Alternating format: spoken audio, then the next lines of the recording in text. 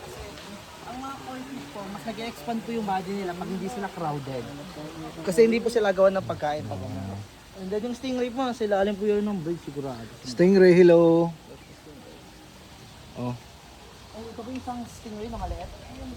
Pero may ang stingray po pala, same siya lang sa saltwater kung alam niyo yun, yung mayroon silang sting sa tail or lasso, pero mas delikado pa rin po yung pagi ko. Delikado pa rin na po yung sa saltwater. Same lang po sila may lasso. Ayun po yung malaking stingray. Medyo malamig po sa dulo, yung para po sa lipad.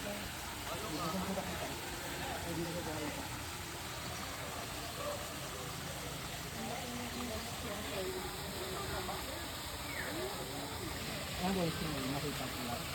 Ayan na siya.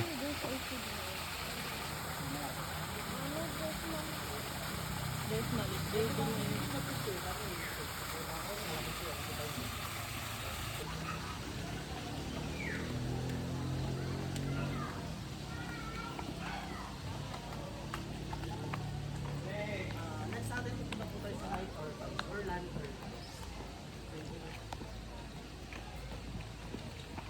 Ito pinaka-rest house po ng owner na ginawa po yung hotel dati. Nung simula po ng pandemic, hindi na po na-open.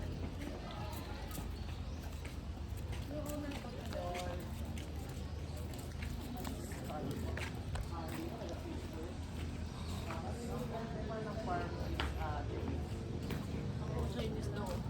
Kabag-atak. Huwag mong inakta.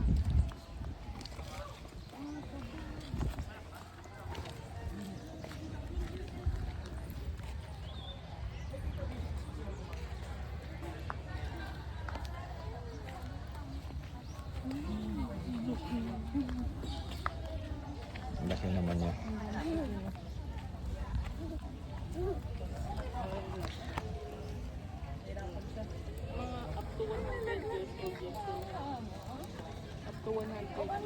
Dabran tortoise po. Sige, pakainin mo. Parang ako nung ano. Sige, go. Go. Sirs. Parang ako Whole after time. yung race weekend kasi sobrang. Pwede pong hawakan yung shell if you want. Paano pala kapag natumba sila ng nakaya? Ano yun yung sa ano sa Rangos? Hawakan mo muna. Ginugulat kasi. Sige, hold mo, sirs.